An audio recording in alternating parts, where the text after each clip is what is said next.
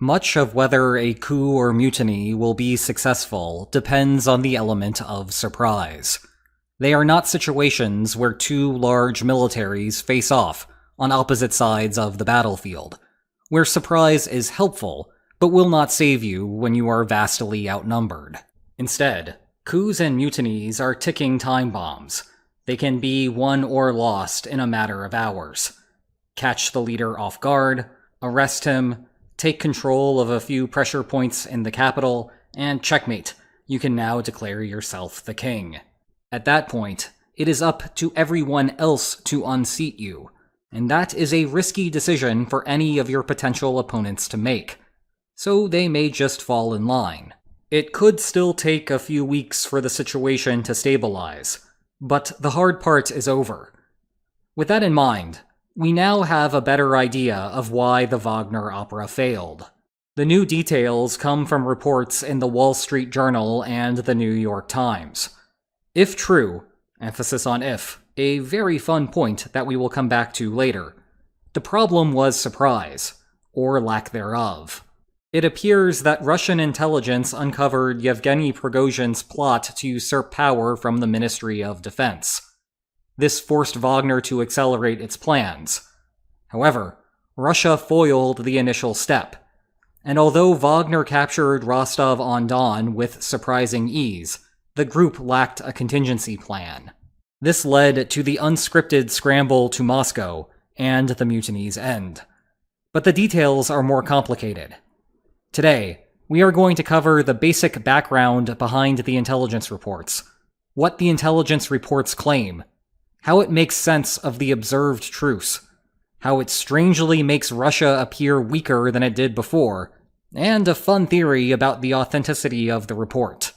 But we begin with the publicly known information of how we got here. The origins of today's drama trace back to February 2014, a time when Kyiv was in crisis. Putin began maneuvering what would later be called Little Green Men into Crimea, to prepare for the peninsula's annexation. Some of those green guys were actually Wagner musicians. After President Viktor Yanukovych fled to Russia, coincidentally Rostov-on-Don, Putin pulled the trigger. The annexation went off with barely a hitch. With the mission accomplished, Wagner moved to the Donbass. The main target? Luhansk Oblast. The goal? Foment a separatist movement. Major operations there terminated in 2015. A handful of Wagner faithful stayed behind, but the bulk headed to Africa or the Syrian civil war. Nevertheless, 7 years later, they would be back at it as Putin prepared for the invasion. Some may have taken part in assassination plots to remove Zelensky from power, but we all know how those fizzled, and how Zelensky celebrated with a wardrobe change. However, most of Wagner's contributions came along the Eastern Front. This is critical because the Western Front proved to be a disaster. Meanwhile, the Southern Front was a mixed bag for Russia. But as the phases of the war shifted, Wagner would have the opportunity to demonstrate its utility to the Kremlin. The Battle of Bakhmut began in August, pairing Wagner forces with regular Russian troops in urban combat against Ukraine. 1 month later, and slightly north of Wagner's position in Bakhmut, Ukraine began making massive gains in its September counteroffensive. During all this, there were long-running rumors of who controlled Wagner, but it was at this point when Prigozhin stepped out of the shadows and revealed himself to be the puppet master of Wagner all along. As he saw things, outside of the initial Eastern thrust, Russian strategy had been abysmal. He was on a mission now to prove Wagner's superiority. As Russia's position grew worse with the loss of Kherson, Wagner kept pecking away. In January 2023, Prigozhin's forces took Soledar, a salt mine community just north of Bakhmut. It was the first notable gain for Russia in what seemed like forever, but Wagner was claiming the victory for itself.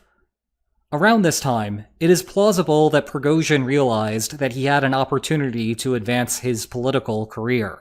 The next 4 months again saw Russia drawing blanks, except for slow progress in Wagner's Bakhmut campaign. By May, victory in Bakhmut appeared imminent. However, this is when the ammo wars began.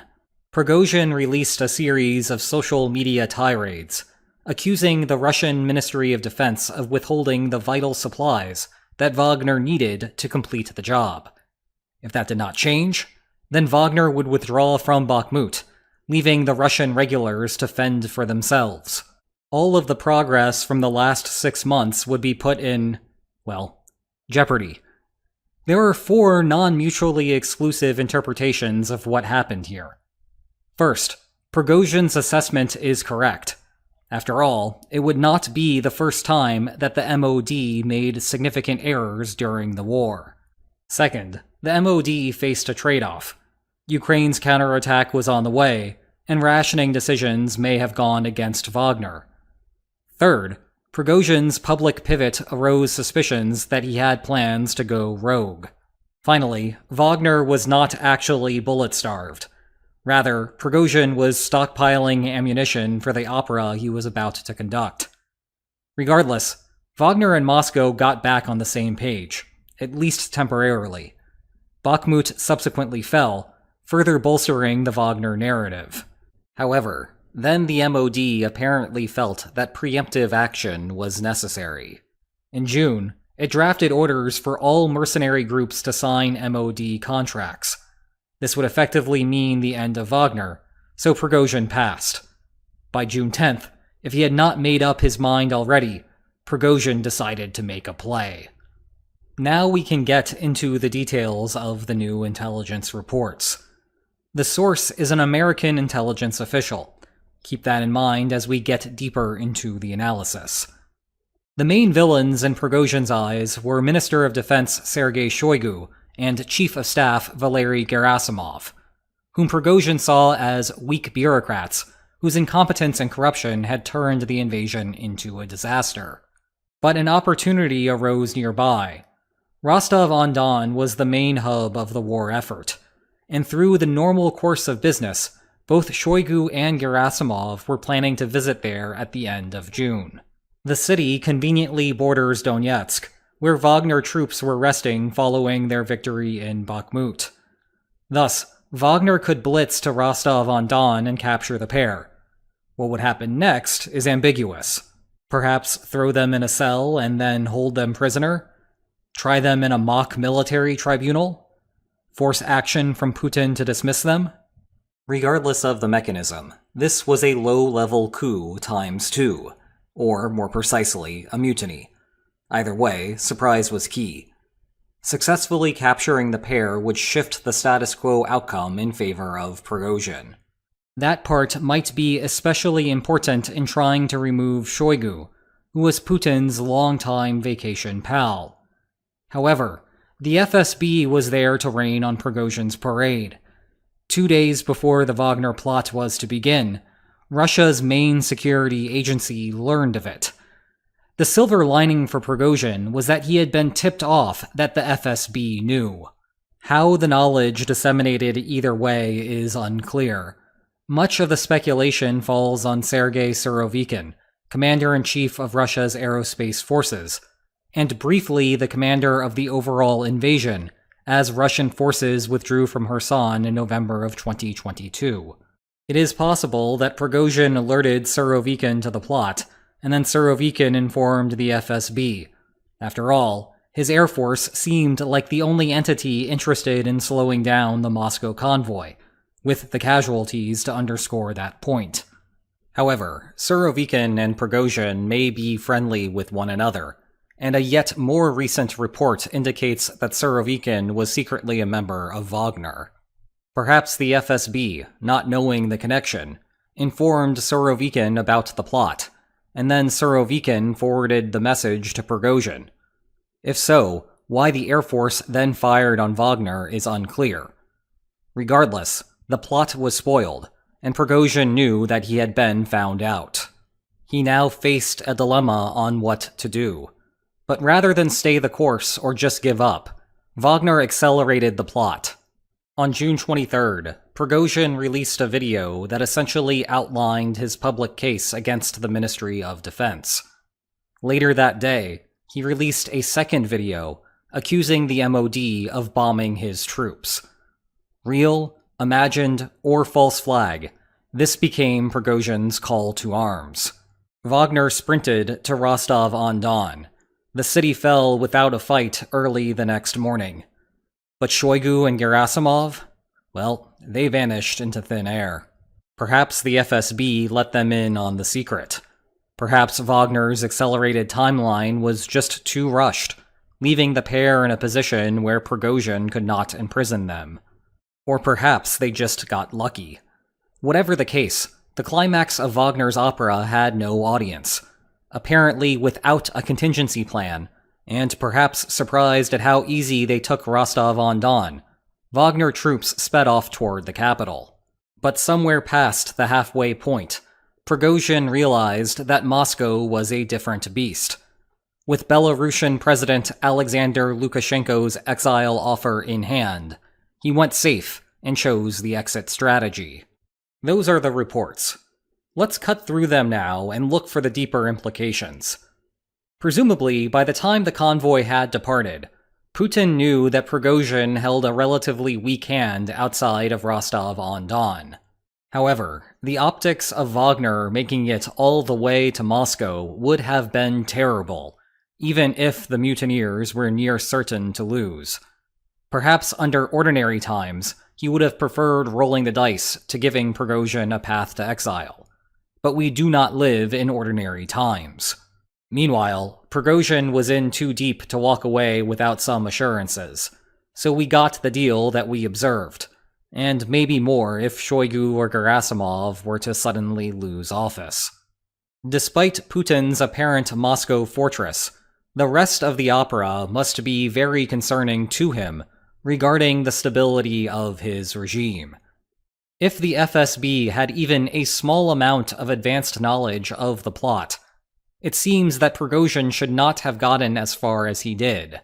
Did the FSB simply not relay the information to the MOD, essentially giving Prigozhin a free pass? If so, then Putin has a major problem with the main security service within his government. At least during Soviet times, losing the support of the KGB was an express ticket to retirement. But it may be yet worse if the FSB did forewarn Putin. That would tell us that the Ministry of Defense is so unpopular that it could not hold a logistics hub despite knowing what was about to happen. To make matters worse, the convoy drove deep into the country, though if this was indeed an audible from Prigozhin, they could be forgiven because the FSB could not warn them of that aspect of the plot. Either way, Putin is going to have to clean house. There is some evidence that this is already underway, with Sergei Surovikin missing in action, suggesting that the Kremlin finds his role in this suspicious. Finally, there is always the possibility that this leak came from an American intelligence official, but that the report itself is fictional. Imagine for a second that it is an entirely fabricated CIA fantasy. In truth, the FSB did not know about the plot, military intelligence did not know either, no one. If you want to stir the pot and cause a bunch of unnecessary purging, this would be a good way to do that. Welcome to the wonderful world of counterintelligence. Still, it is worth noting that there are separate reports of concurrent intelligence estimates within the US intel community that Prigozhin was going to try something, and further kept it a secret to US allies, much to their annoyance. If it leaked to the United States, then there is a greater chance that someone within the Russian intelligence community also knew. Nevertheless, the possibility of a false report is a neat idea. And if the lines on maps guy did his job today, it also plausibly explains the observable features of what occurred, which is the mark of a good deception operation. Speaking of neat ideas, why not check out my book on the causes of the invasion? See the video description for more information about that. And if you enjoyed this video, please like, share, and subscribe, and I will see you next time. Take care. As much fun as hashtag Where's Putin and hashtag Where's Zelensky have been, there are 3 actual people missing. Thus, until Gerasimov and Surovikin officially return to the job, or are arrested or otherwise, they will be the ones hiding. Kind of like how Gerasimov was touring the American Civil War last time. Likewise, until there is further confirmation of Prigozhin's status in Belarus, he is also in the mix. Putin and Zelensky will be taking a break, but I doubt we have seen the last of them. And, you know what? Until then, I will probably be keeping Putin with binoculars in the regular mix of standard images, like I did today, just because it's a great photo. He just won't be hiding in the traditional sense. So, in summary, it's hashtag Where's Gerasimov, hashtag Where's Surovikin, note the 2 S's there, and hashtag Where's Prigozhin. Good luck.